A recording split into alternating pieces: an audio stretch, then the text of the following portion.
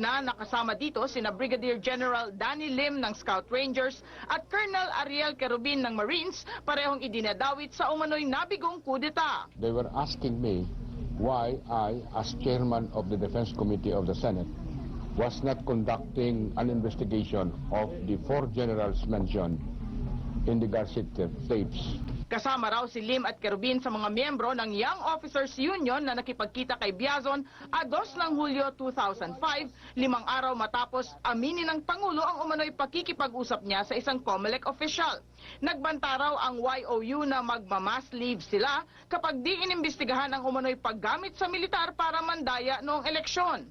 Dahil dito hiniling ni Biazon sa nooy AFP Chief of Staff Efren Abu na mag-imbestiga. 2 buwan pa, nag-imbestiga na rin ang Senado sa Garcia issue.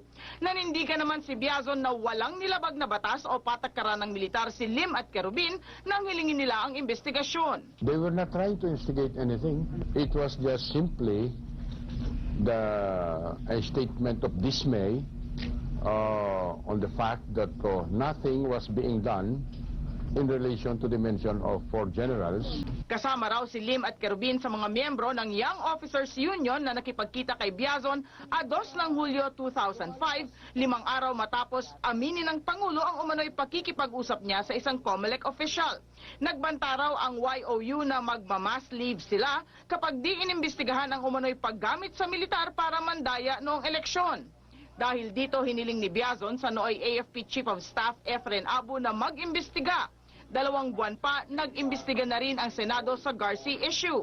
Nanindigan naman si Biazon na walang nilabag na batas o patakaran ng militar si Lim at Querubin nang hilingin nila ang investigasyon. They were not trying to instigate anything. It was just simply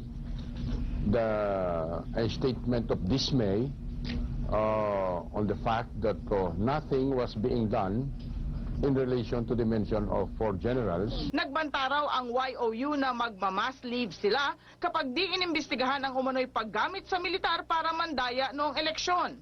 Dahil dito hiniling ni Biazon sa nooy AFP Chief of Staff Efren Abu na mag-imbestiga. 2 buwan pa, nag-imbestiga na rin ang Senado sa Garcia issue. Nanindigan naman si Biazon na walang nilabag na batas o patakaran ng militar si Lim at Querubin nang hilingin nila ang investigasyon. They were not trying to instigate anything. It was just simply a statement of dismay on the fact that nothing was being done in relation to the mention of 4 generals. Hindi raw dapat gamitin ang sentimiento ni Lim at Querubin sa Garcia issue para lalong idiin ng administrasyon.